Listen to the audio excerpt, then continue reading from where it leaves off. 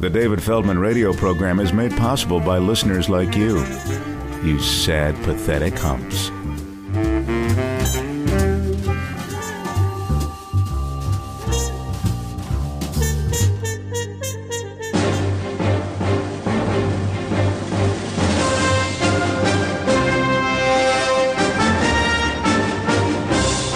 In 1987, owners of the McMartin Preschool just outside of Los Angeles were accused of raping 13 children and engaging in satanic animal sacrifices.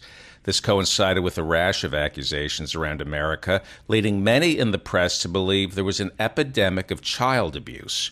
Richard Beck is the author of We Believe the Children, A Moral Panic in the 1980s, published by Public Affairs. Richard, thank you so much for doing this. Thank you. You're in Brooklyn today? Yes, I am.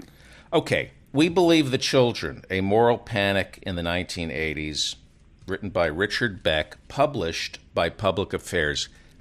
If you love my show, you will go out and buy this book.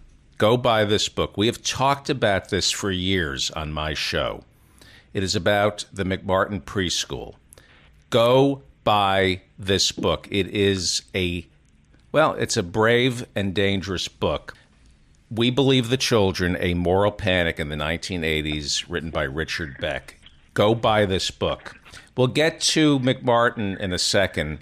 Richard, define recovered memory. What is recovered memory, and when did we first start hearing about recovered memory? Well, the idea of recovered memory, the sense in which that phrase was used by professional psychology in the 1970s, 1980s, that's when it begins to show up, is in the 70s and especially the 80s. The idea is that it's possible to repress massively and totally the memory of violent, awful, traumatic events that are happening to you, at some point in life, usually childhood.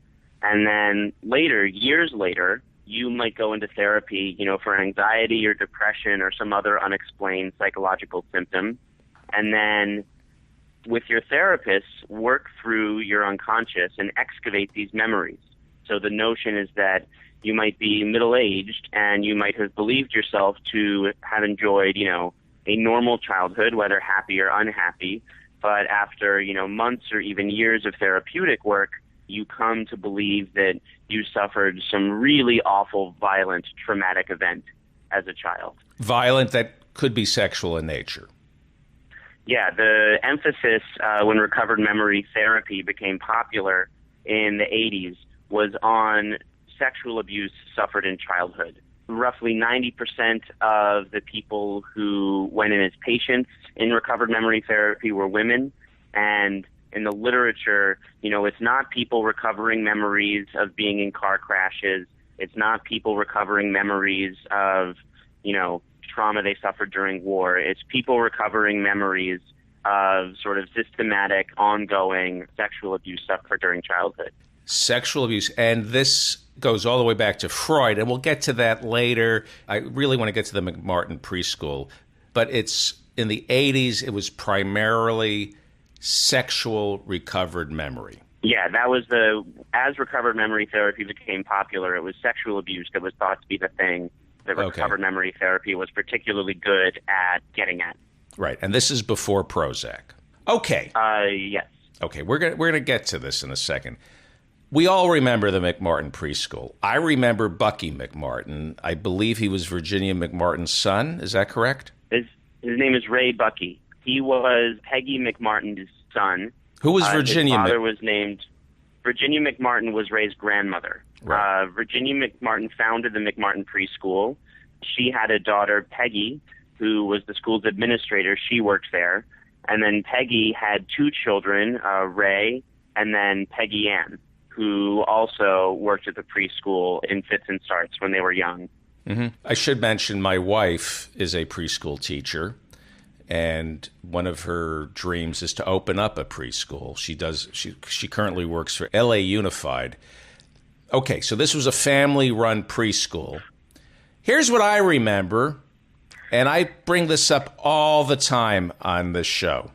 Here's what I remember. And nobody else does. And this is why people need to buy We Believe the Children, A Moral Panic in the 1980s, written by Richard Beck, published by Public Affairs, which is, by the way, one of the most respected imprints in the world, Public Affairs. What was the verdict in the McMartin Preschool trial? So there were initially 7 teachers accused. 2 of them went to trial. And at the end of the first trial, Peggy McMartin Bucky was found not guilty. Ray was also not convicted. It was a hung jury. And then they tried him a second time. There was a second, much briefer trial, which also ended with a hung jury, although most of the jurors believed that Ray was not guilty. So there were no convictions in the McMartin trial. How long did the McMartin Preschool investigation last compared to most others? It was incredibly long. It's thought to be one of the longest and most expensive criminal proceedings in American history. The investigation started in August of 1983, and the last trial did not wind down for good until 7 years later. Did any of the McMartins languish in jail? Yes. Peggy McMartin Bucky was in jail for, I think, a little more than a year, and Ray Bucky spent 5 years in jail before he was finally granted bail. Before he was granted bail. So he spent 5 years in jail, having never been convicted of being a child molester. This is just while the investigation and the preliminary hearing and the trial are going on. Bucky McMartin spent 5 years in jail, accused of being a child molester. How did he fare in jail? He did, jail isn't a great place to spend a lot of time. If you're a child molester or accused of being a child molester. Right. The research I did, he seems to have done okay. He had a lawyer, a defense attorney who was very engaged and who really talked to him in the early stages of the process and said, if you're a defendant in a case like this, it's really important that there's not a whole lot that you can do as a defendant. The lawyer's the one who's saying things in court. He said the thing that you can do as a defendant to help yourself is to stay in really, really good physical and mental condition. So he was a bit of an exercise junkie and a bit of a, health nut. So there was a treadmill in the jail that he ran on, whenever possible. He also, in the early stages of the investigation, there were all of these videos of interviews that therapists had conducted with the children that the defense needed to go through. And Ray Bucky was allowed to leave jail many nights a week with his lawyer to go down to his office, and then they'd order takeout and they'd watch these videos and transcribe them and talk through them. So he had, on the spectrum of how good or bad a time you can have in jail, he had, not a terrible one. 5 years? Those legal fees must have been 6 figures. They were enormous. I think the state spent something like, I want to say $16 million on the case from start to finish. And the Buckys had to, give up all of their property. They had to sell the preschool. The case really, really sort of ruined them financially. So when you read about Jared Fogle, and I'm not defending Jared Fogle from Subway, when you go up against the government and you're accused of being a pedophile, don't you have an inclination to just throw up your hands, surrender, and plea bargain? Because look at what you're looking at. By the time you're done with the legal fees, you're ruined, right? Yeah, of course, although that's also true if you're a defendant in any other kind of investigation. Criminal defense is very expensive across the board. Yeah, but this is different. I want to get back to what happened to the McMartins. You do the history in this book of child abuse. You cover it from the beginning when America first got, I'm going to say, turned on by the subject.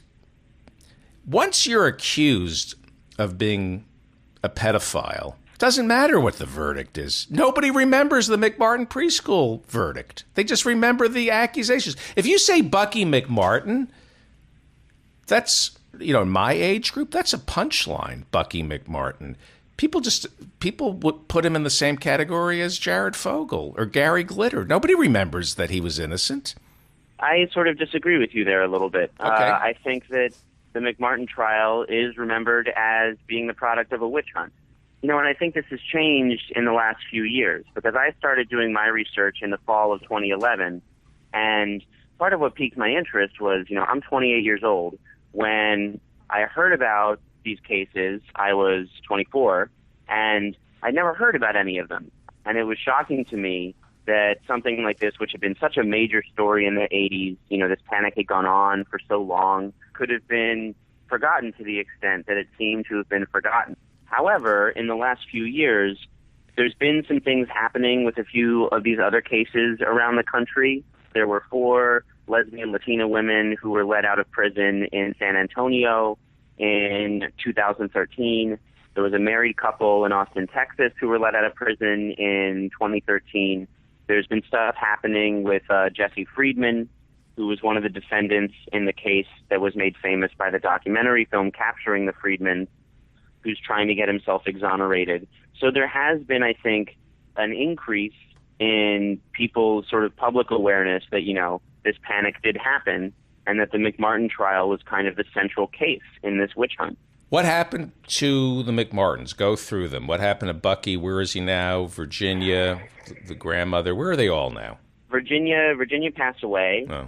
She was very elderly. She was the grandmother. She was born, I want to say, she was born in the early 20th century. And then Peggy McMartin Bucky passed away in 2001. From what I understand, she sort of had the hardest time with life after the trial. Understandably, it made her very fearful. She had difficulty trusting other people. But she passed away in 2001. And Ray Bucky, as far as I know, is living a normal life now. I would assume he changed his name. I don't know.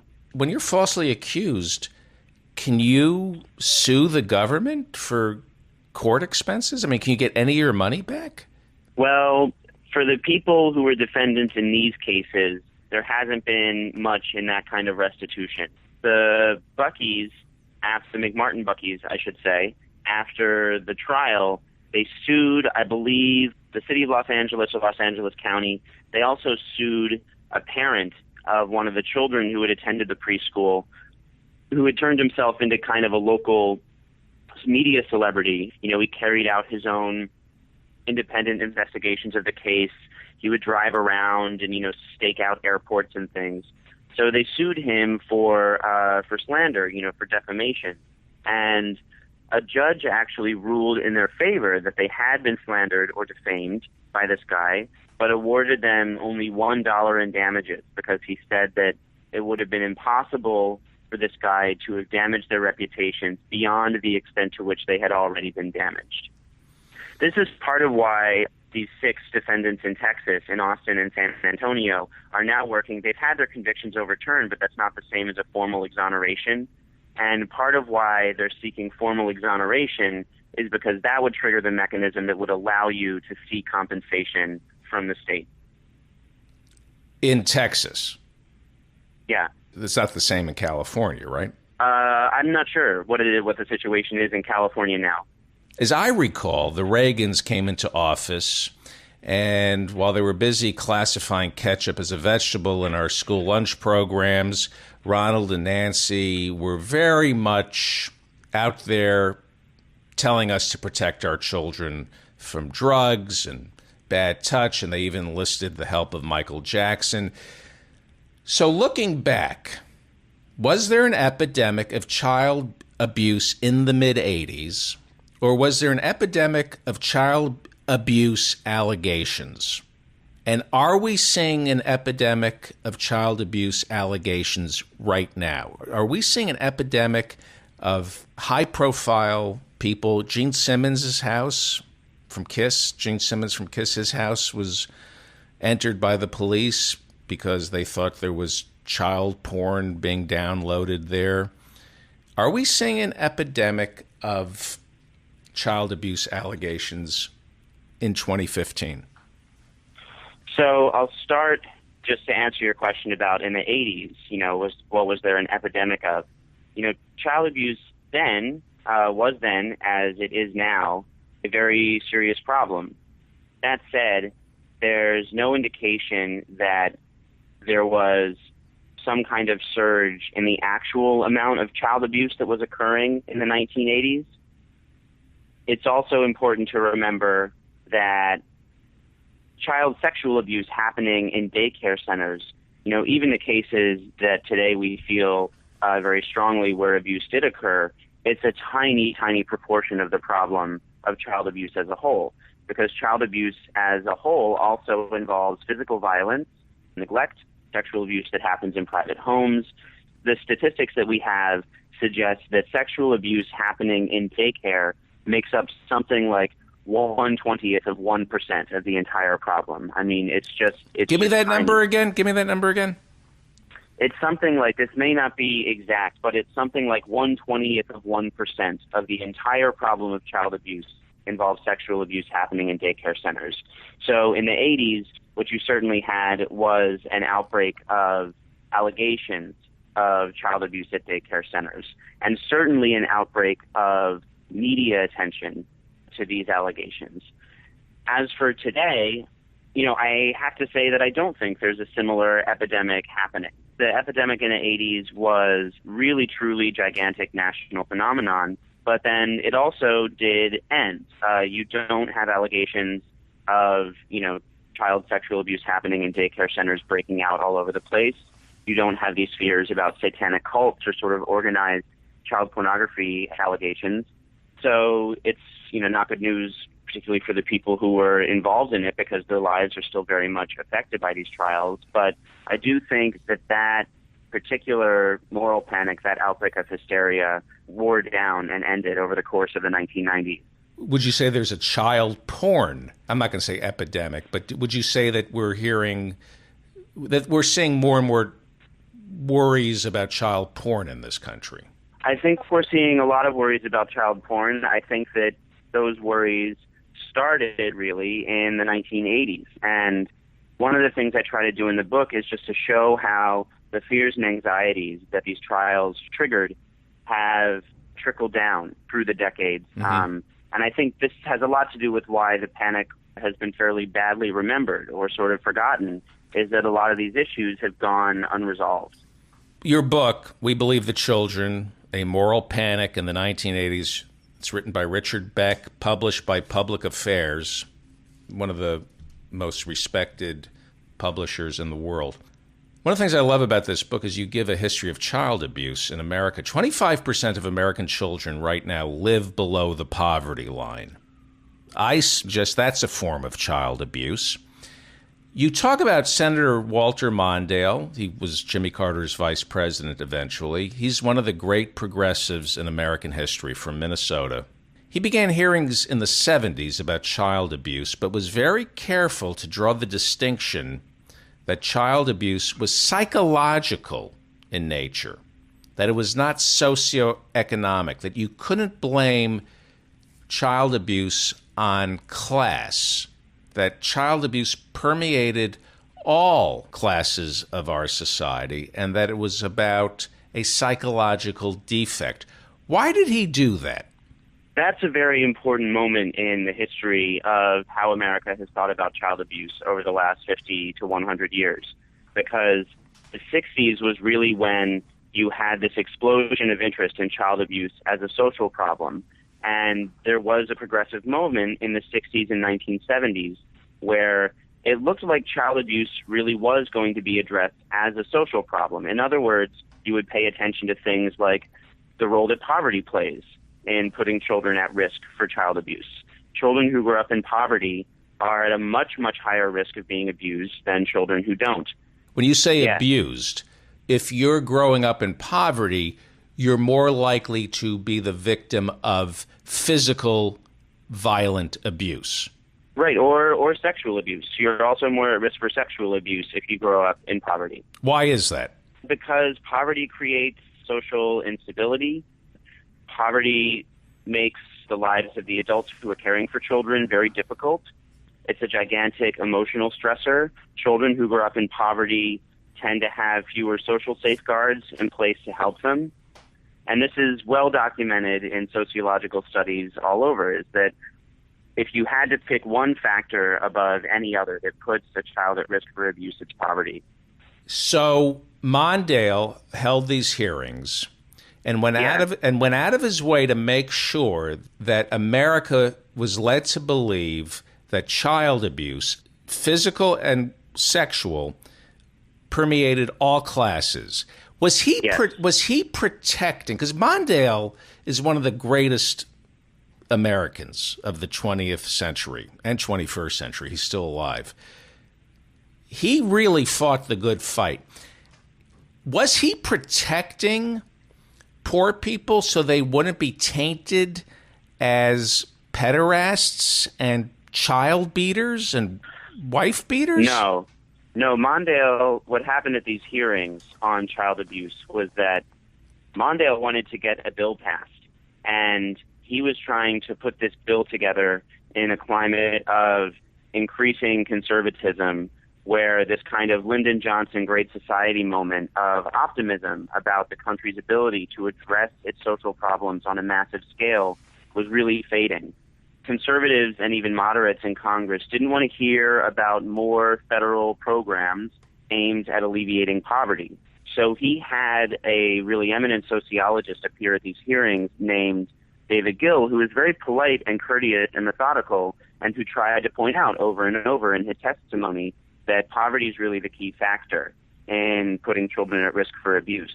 And Mondale consistently pushed back and said, look, we don't have child abuse isn't a poverty problem, it's a national problem. Wouldn't you say that child abuse also exists in upper middle class communities, in some of the finest communities in this country? Wouldn't you say that we have to sort of address the problem on an individual psychological basis, even if we're not going to be able to address it on this massive social economic scale, because there just wasn't going to be any money coming from Congress to address this in a sociological way. So he got that bill passed, and it set up some federal institutes. It got some funds put in for the study of child abuse. It did some helpful things, but it also marked this really, I think, decisive shift away from thinking about abuse as a problem of sociology and socioeconomics, and towards thinking child abuse as a problem of individual psychology.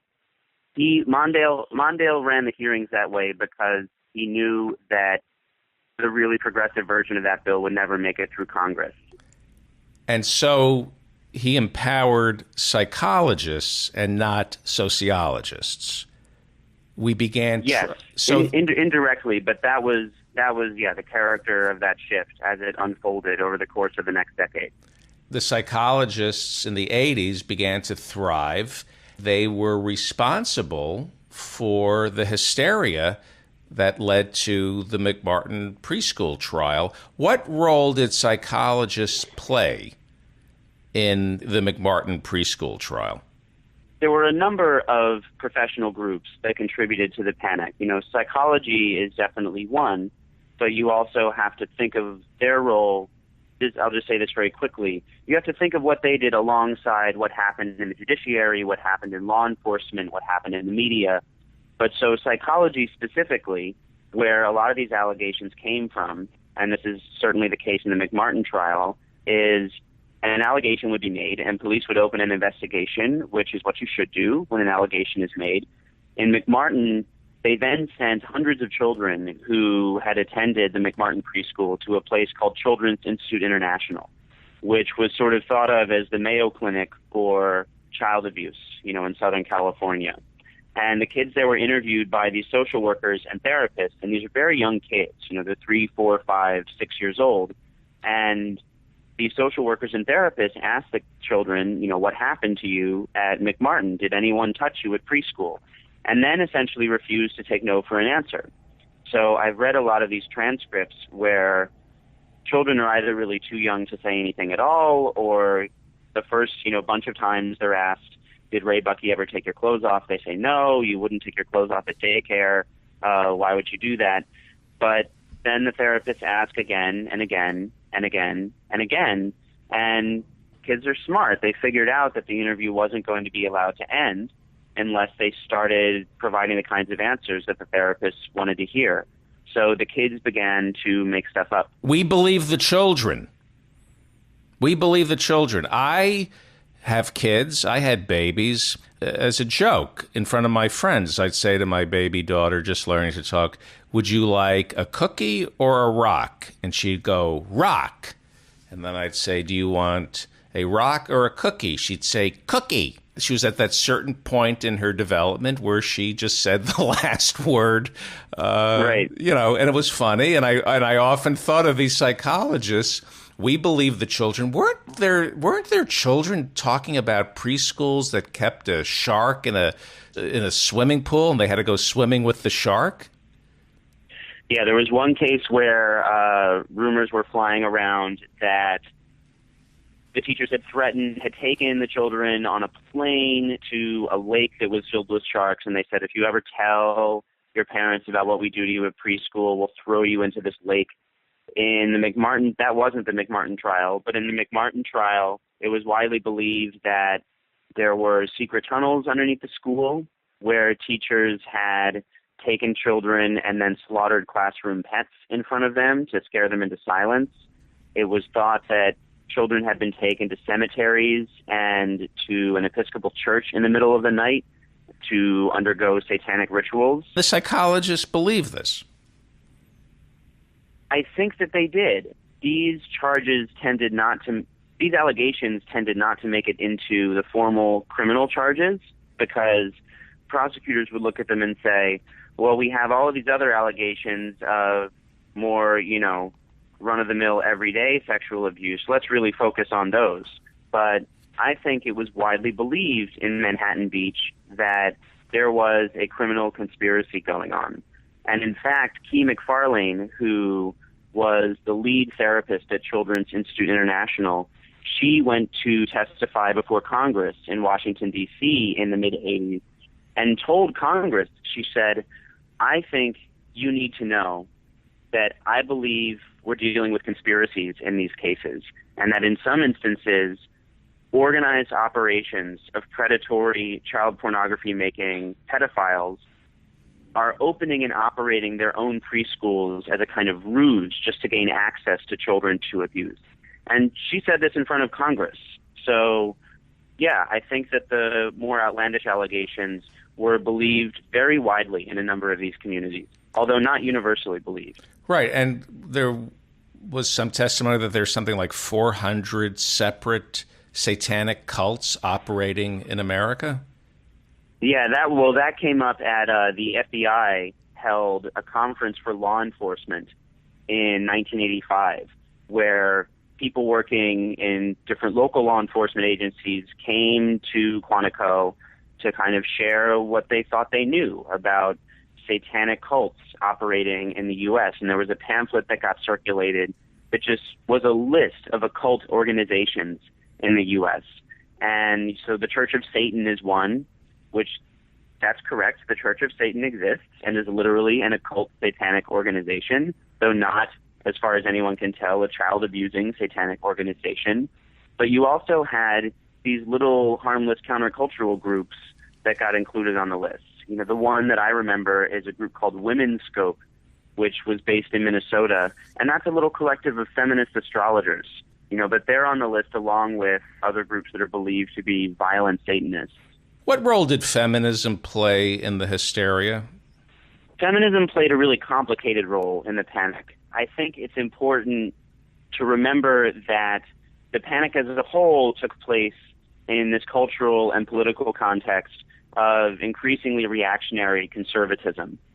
I don't think this is a situation where you'd say, oh, it's extremists on both sides fomenting a panic while the people in the rational middle kind of go unheard. But the women's movement had enjoyed a lot of political momentum in the 1970s, which then started to disappear in the 80s as Reagan and the evangelicals took power. So the women's movement began to fracture in the 1980s. And you had one segment of it that sort of held to old 1970s style radicalism, and you had another segment of the movement that increasingly focused on trauma, victimization, abuse, both of adult women in terms of rape and domestic violence, but also the sexual abuse of children.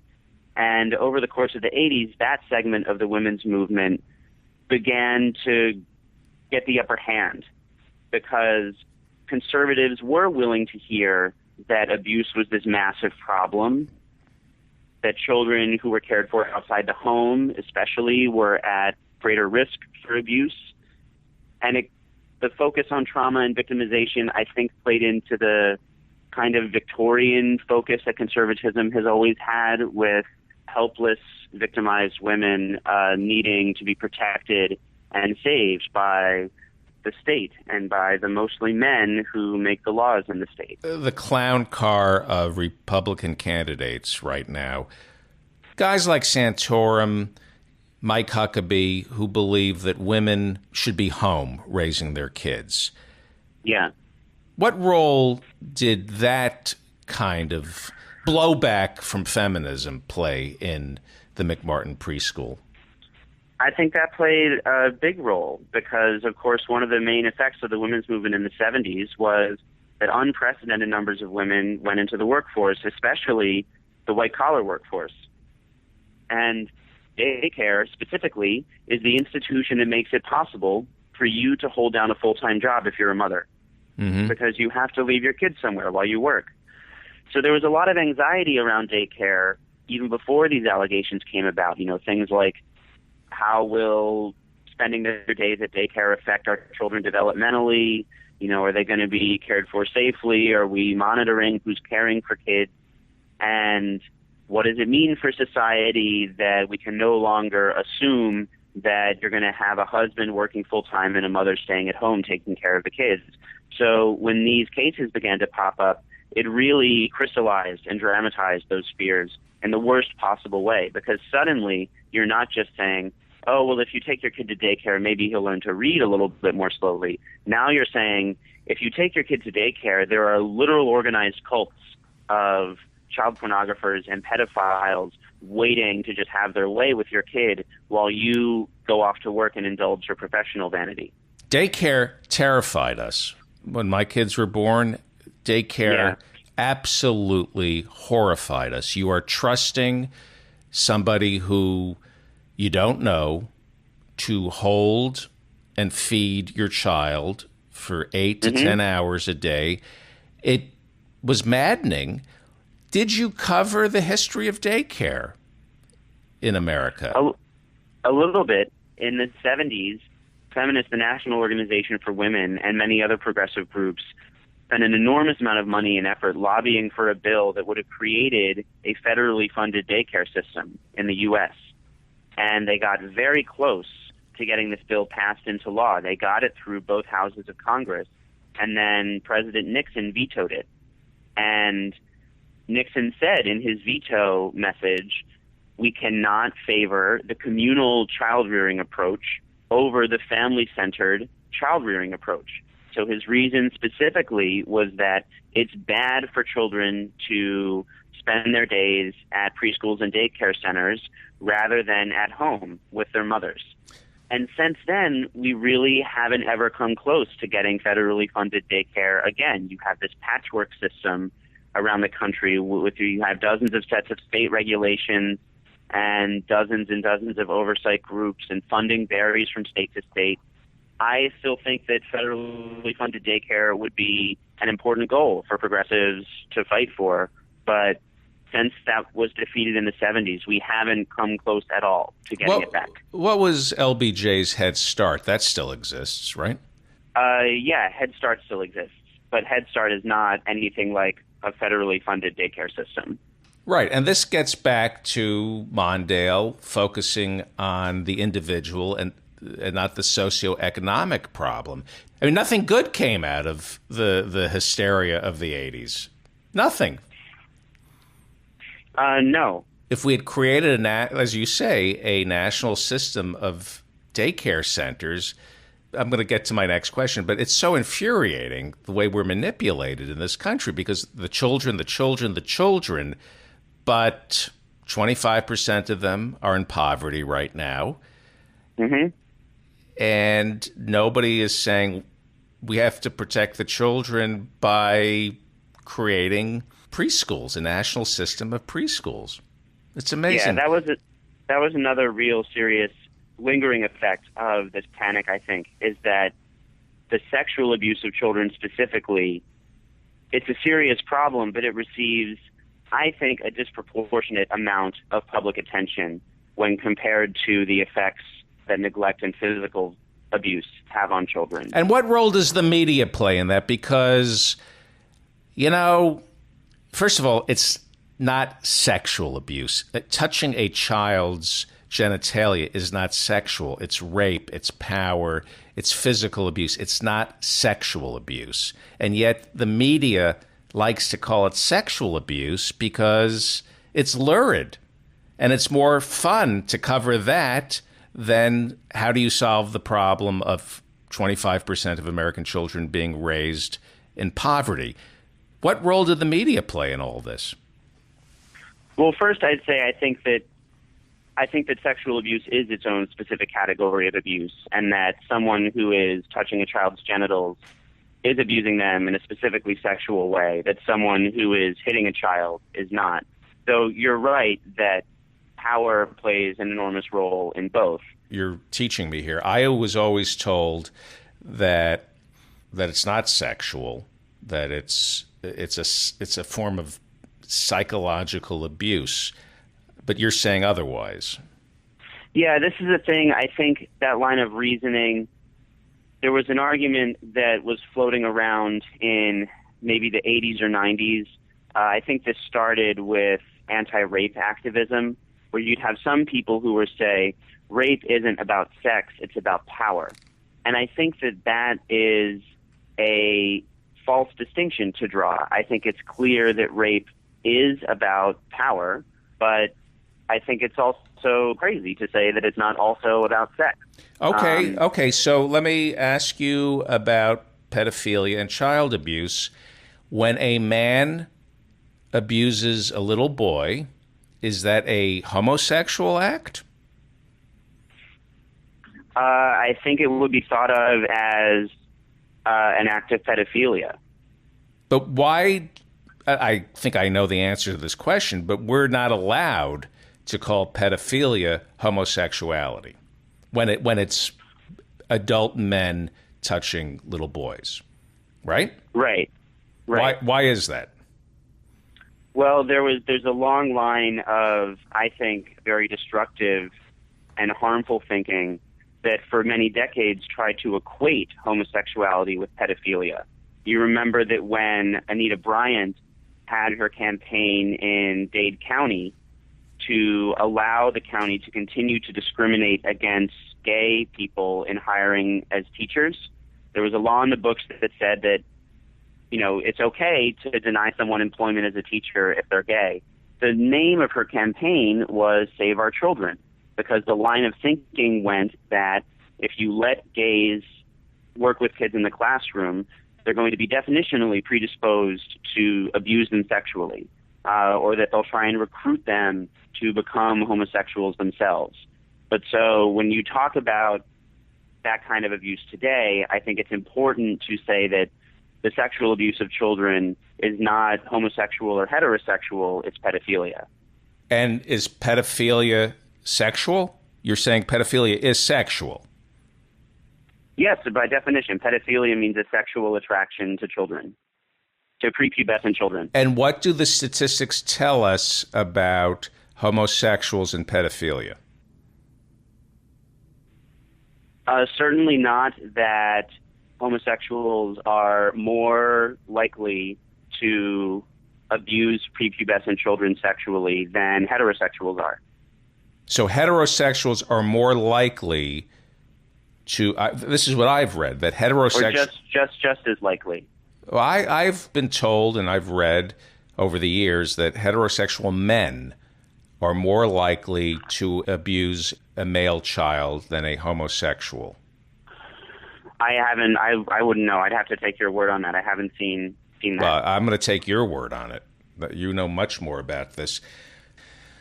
Have we gotten an apology from these psychologists? And the psychologists from the McMartin Preschool, were they sued? Were they imprisoned? Are they still practicing? I got to tell you, Richard Beck, author of We Believe the Children, which everybody should buy, and believe me, I cannot recommend this book enough. I know about 5 people who 20 years ago were the source of a lot of problems for me. Absolutely insane. And now they're psychologists. I mean, the craziest people I've ever known, who I grew up with or I was friendly with, became psychologists. That makes sense. That makes sense, but it does, because you become fascinated with your own pathology, and then you try to help others.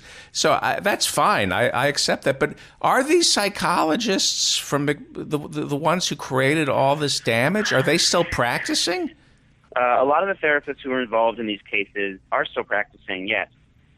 There wasn't any instance of... Were they disciplined? An individual therapist or psychologist. No one who worked at CII was reprimanded. What is CII? Fined. What is CII? Children's Institute International, the place in Los Angeles where the kids were interviewed.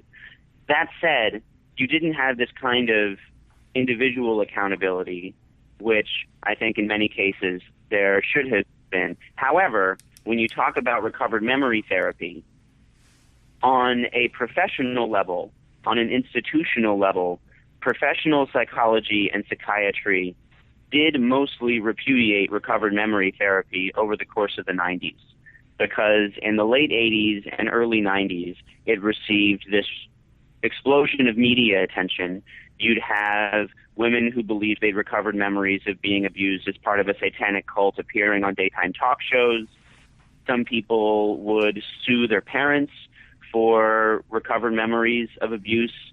But what happened eventually is that some of the women who had gone through it began to realize that these things hadn't actually happened to them, and that they had come to believe those things had happened just because of the therapy that they had gone through, and that it was the therapy that had been traumatizing and not any satanic abuse that had happened in their childhood. And so you started to see some malpractice suits getting filed. And so there were meetings in a conference where psychologists who had been a big proponent of recovered memory therapy got up, and he said, it's not our job as a professional group to dig memories out of people. Our job is to work with the memories that people already have, to work with what they bring with them to therapy. We can't keep doing this. So recovered memory therapy on a professional level did fall out of mainstream favor in psychology. You still have some fringe institutes, some fringe groups that will practice something like recovered memory therapy. It's now referred to under a slightly different name, because the associated disorder in the 80s was thought to be multiple personality disorder. So if you recover memories, it's because you have multiple personality disorder. Now that's been renamed dissociative identity disorder, but it's certainly nowhere near the popularity that it enjoyed in the 80s and the early 90s. Okay. After McMartin, psychology gave way to pharmaceuticals. Less introspection, more Prozac. So how much of a role did the child abuse hysteria of the 80s play in ringing a death knell for Freudian psychology? You write in the book that Freud believed strongly that the root of most psychological issues is some kind of childhood trauma, often one that is sexual in nature. Was the McMartin Preschool trial Freud's last gasp? Well, that theory that you're referring to, Freud had 2 stages of thinking about this. Very early in his career, after he conducted a series of treatments with hysterics along with a colleague named Joseph Breuer, he came up with what is referred to as the trauma theory, where he said, in cases of hysterical neuroses, the cause is a real sexual trauma that occurred in the patient's childhood, which they have repressed the memory. He presented this paper. It was received in a fairly lukewarm way. It didn't go very far, but there were a few years early in his career where Freud thought this is the secret to hysteria. What then happened, Freud came to realize that the memories he had uncovered from his patients were not memories of real events, and that in fact he had unintentionally forced these narratives, these memories, on his patients. That said, he still believed that the fact that patients had been willing to embrace these memories and treat them as real, even though reluctantly, was important for illuminating their emotional state, even if it doesn't illuminate what actually happened to them as children. And so the trauma theory fell away, and then what you get instead is the Oedipus complex. You get the whole notion of childhood traumas being very important, but they don't necessarily have to be instances of actual sexual abuse, and you get mature psychoanalysis. And mature psychoanalysis prioritize the inner world, the patient's inner life, above what actually happened to them. I raised my children in the wake of the McMartin Preschool. And my father and I remember being in a hotel on a vacation, and my father came out of the shower with a towel around him, and my daughter was 2 at the time, and she wandered into his hotel room, and I heard him go, get out, get out, get out, get out, get out. And, you know, and I wouldn't drive children home from birthday parties. I when my kids sat on my lap, I was distant, and parents, all the fathers, just, you know, I'm going to give you a hug, but it was very antiseptic because of the McMartin Preschool trial. And the thing in my head, and this is just what I used to think about, I don't know if you can quantify this. Early on in raising my children, I was grateful for the McMartin Preschool hysteria in that I was surrounded by fathers who were as terrified as I was of just the hand going anywhere near the wrong part of a child or saying anything inappropriate around a child. And I used to think, and maybe I said this to my friends, what happened? What was it like before McMartin? Because I equate it like the Clarence Thomas hearings. I always say, if you sexually harassed a woman after Clarence Thomas, you were a Neanderthal.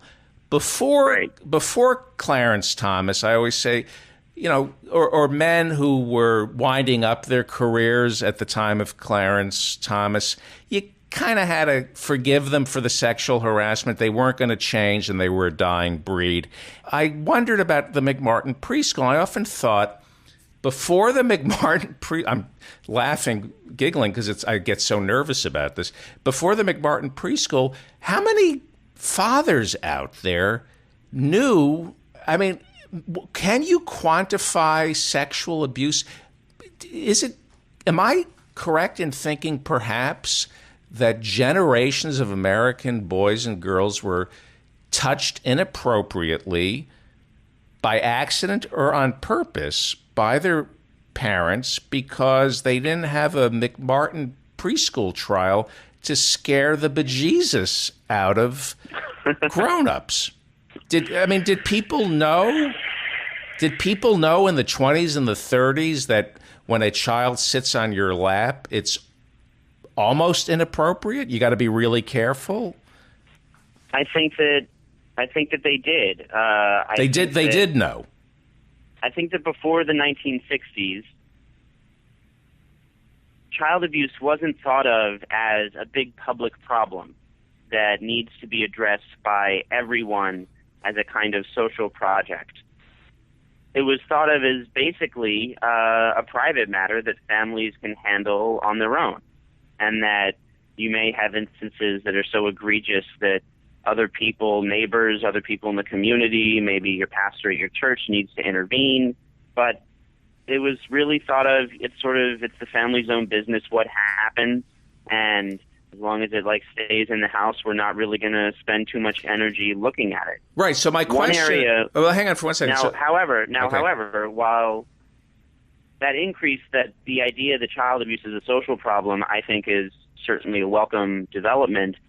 As a result of what happened in the 80s, I think in some areas you did have the pendulum swing too far in the other direction, by which I mean that there were daycares around Los Angeles during the McMartin trial that would say openly to reporters, we're not hiring men. to work here because parents come by and see that there's a man working here, and then they won't send their kids here. This is another effect, I think, of the political and social conservatism of this panic, is that it reinforced the idea that childcare is women's work, even if the reason is ostensibly that you want to protect children from these predatory men. The effect is that men are not supposed to have physical contact with children. They're not supposed to be playing around with them. They're not supposed to be helping them with their little projects when they're little. That's work for women to do. My wife teaches in preschool. She's not allowed to hug kids. You cannot hug the kids. We're raising generations of children who are akin to Romanian orphans. Remember those Romanian orphans who were just put in incubators and not touched? You're not allowed to even hug a child. Let me get back to this question. Can you quantify child abuse in the early 20th century? I mean, this is just based on my own delirium. I think sometimes that maybe Freud was right in the initial stages of his development, in that since you didn't have mass media, maybe there was a lot more child abuse going on. As you say, it was, kept in the family. Nobody talked about it. If you called the police, nobody's going to believe you. Maybe it was much more rampant. Maybe Freud was right that there was a lot more sexual trauma in your childhood than there is now. I mean, I think that Freud.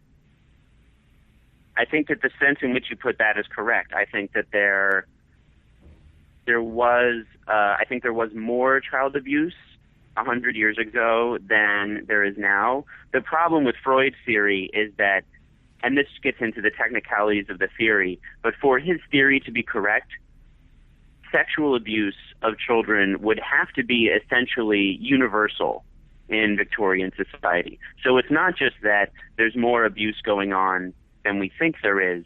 The idea was that basically every child has been sexually abused. Every father, every Victorian patriarch is committing sexual abuses against his children. And I don't think it's very likely that was the case, that the sexual abuse of children was a universal practice in Victorian society. But you suspect that sexual abuse of children was much more rampant pre-McMartin Preschool? I think that the abuse of children in general was more rampant. We didn't have child labor laws. Mm-hmm.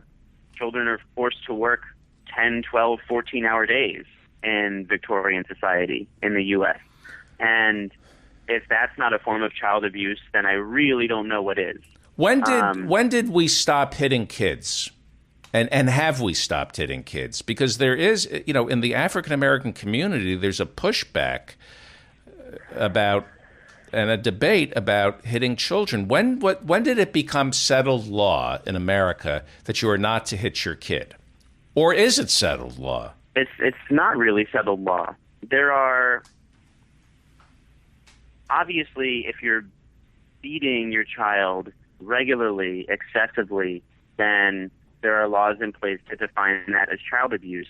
But the idea that violence is an appropriate disciplinary tool to use in some circumstances, the idea that it's okay every once in a while to smack your child if he or she acts up, that by no means is a settled issue in the U.S. I think that there are a lot of people in the U.S.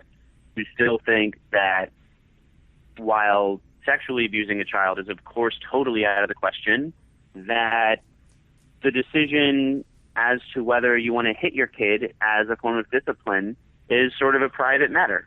And that is a state-by-state issue, right? Yeah, for sure. And would you say that in the African-American community, they're more likely to defend corporal punishment? I would not say that, but I haven't researched that at all. That's not kind of an area where I can claim any expertise. Okay, we're talking with Richard Beck. He's the author of We Believe the Children, A Moral Panic in the 1980s. If you love this show, and you've listened to close to 1,000 episodes, you will buy this book. Buy this book.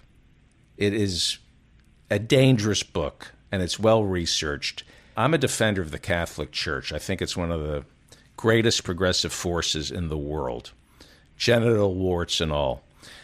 Now, I'm not discounting the epidemic of child abuse, but when you keep reading about these priests and the Catholic Church while you're researching the McMartin Preschool, do you sometimes wonder if, pardon the pun, it's overblown in the Catholic Church? I haven't, to be honest with you. Okay. I think that from what I've read, the documentation, I don't know enough to say whether the sexual abuse of children was much more prevalent in terms of occurrence in the Catholic Church than it is in other areas of society, just like schools and sports teams and wherever else, these institutions outside the family where children can be abused. But I think that certainly the Church's efforts to conceal what was going on, to cover it up, to reassign priests from one parish to another rather than reporting them to the police, I think that's been very well documented. Okay.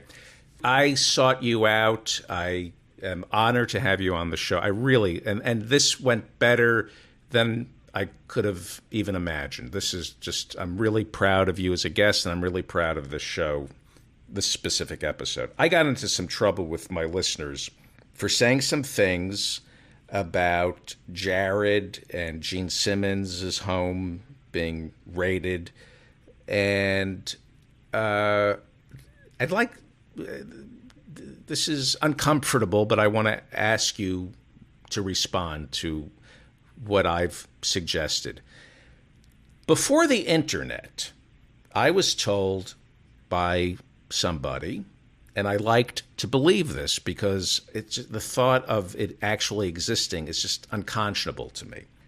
I was told by a pornographer that child porn, this is before the internet, that child porn pretty much was manufactured by the FBI as a honey trap, that there really wasn't in America child pornographers. They were basically sting operations. Have you heard that? Have you ever heard that? So what I've heard is that I haven't heard anything. I don't think that, the FBI is involved in producing child porn. However, I believe it is true that there is less child pornography in the world than most people think there is. Mm-hmm. The thing I've read that also might line up a little bit with what you're saying is that the FBI certainly is very involved in circulating child porn as part of sting operations, such that it's even possible that, the FBI, if you wanted to, you could call them, the largest distributor of child porn in the country, because they do have a concerted, dedicated operation to track down people who are consuming child porn, and that often involves initiating a correspondence with them under the guise of being a fellow pedophile and then sending them some child porn. The Friedman case on Long Island started when Arnold Friedman, who really was a pedophile and had a little collection of magazines in his basement, the thing that finally got him caught is that he struck up the Postal Service, or the FBI, I forget the name of the bureau, but they initiated a correspondence with him after intercepting a package he had ordered from Europe. And they finally got him to send them some child pornography, and then they were able to make an arrest. Watching the Capturing the Friedmans, they never really decided whether or not there was child abuse going on, right? I mean, they leave it up to you to decide, right? Yeah, the movie, when it was originally produced, the tagline was, "Who do you believe?" Yeah. So the goal was, the idea was that you wanted to do this sort of like ambiguous documentary. I think I've looked at a bunch of that evidence. I think it's very clear that Jesse Friedman, the son, is totally innocent, and that if Arnold Friedman touched the children at all, you'll hear things like students saying that Arnold Friedman did make them a little uncomfortable, that he would sit kids on his lap, that he would kind of pat you on your butt over your jeans as you were leaving, that he would have a hand on your thigh. And if that happened, then obviously he shouldn't be teaching little kids computer classes in his basement at night. But I think there's no evidence to suggest that he actually did the vast majority of what he was charged with, which is, again, this kind of formalized, systematic, violent abuse over a period of months and months. You said that he had magazines in his possession. So they Yeah, he did. Did you see those magazines? No, I didn't. Mm-hmm. I've seen a list, the police report, right, listing the titles of the magazines that he had asked for. Mm-hmm. But there's no doubt that he had them. This is what really got my listeners upset with me. You say there's no doubt that he had child porn in his possession, and yet you don't want to even see the evidence, right? I don't want to look at the evidence, right? No. Okay. This is what really pissed off my listeners. The danger of pedophilia, besides our kids, obviously, we have to protect our kids. In many ways, it's like terrorism. We're told it's out there, but we can't see it. Again, I'm not trying to be glib here. At least with 9/11, I saw the World Trade Center come down, okay? Mm-hmm. But nobody, and I mean nobody, has seen child porn. The only people who see child porn are pedophiles and the people we trust to prosecute the pedophiles. Yeah. Now, you say there's no doubt that Mr. Friedman had magazines with naked boys in it? No, he talked about going to Times Square to buy them. He had a therapist in the 70s or early 80s in whom he confided. He said, I'm sexually attracted to children. I don't know what to do about this. And the therapist suggested that he go to Times Square and buy some child porn, quote, to sublimate with. He didn't deny having the magazines. There was no denying it. Even one of his sons talked to the Village Voice and said that he and his brothers had sort of come across their father's collection in the basement when they were smaller. It wasn't like he had a gigantic library of magazines, but he had some child porn magazines. But there is a danger to leaving it up to psychologists, police officers, and politicians to be the only ones who are thinking about child pornography for us. I mean, in other words, it really does give them a lot of license to invent things that are not necessarily there, especially since, I can look at the World Trade Center coming down and it's horrific, but I can look at it.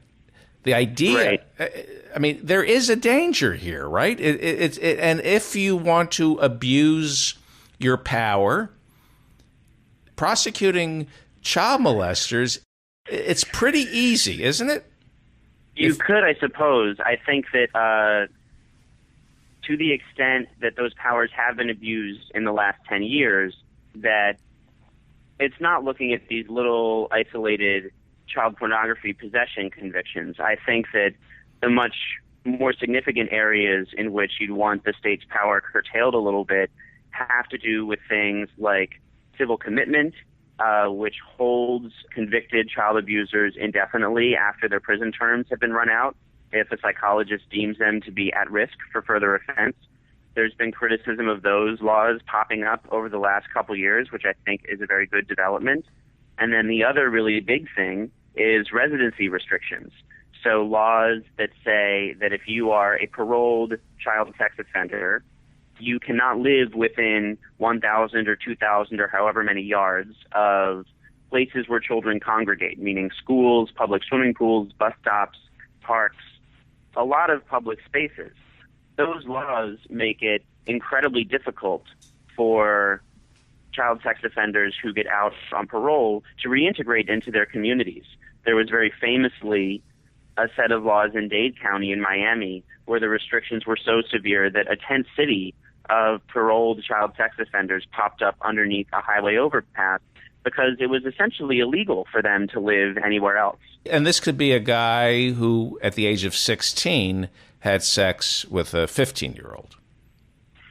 Well, not 16 and 15, but it could be, yeah, sure, it could be a 20-year-old who had sex with a 15-year-old. Well, but that's... Yeah, or whatever the age of consent law is, varying from state to state. But those laws make life incredibly difficult and make it very hard for offenders to kind of resume a normal life. And there's also no evidence whatsoever that they protect any children. At one point, the state of Minnesota did a study to try and figure out whether their own residency restrictions were effective.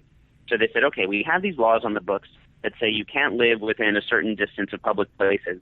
Let's go back through a few decades of convicted child abusers who were very sure did what they were convicted of. And let's see how many of those people first encountered their victim in one of these places where children congregate. And they went through, I think, a few decades of records, and the number is 0. I mean, this mythological figure of the trench coat-wearing pedophile who stalks playgrounds and bus stops, or is cruising around asking kids to get in the car, there are isolated, very sensational cases where that happened, but it's a vanishingly small proportion. It doesn't reflect at all the way that child sexual abuse usually happens, which is that the abuser knows the victim and spends time with the victim in some private or semi-private space. It either happens in a home, or it happens in a locker room if it's a coach and student situation, or it can happen in a church if a priest is involved. But I think those residency restrictions and civil commitment are the two areas where, yeah, you do see what constitutes an abuse of power. And I think it would be a benefit to society if those restrictions were rolled back. Yeah. Just to tie this into what's going on in the news this week, the CEO of RentBoy.com and 6 of his employees were arrested for promoting prostitution.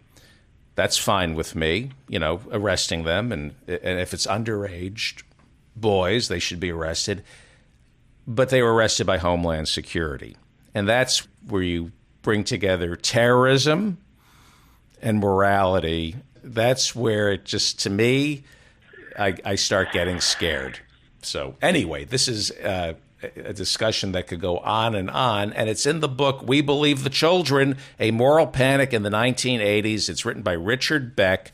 Go buy We Believe the Children, A Moral Panic in the 1980s. It's published by Public Affairs. Richard Beck, thank you so much for doing this. Thank you so much.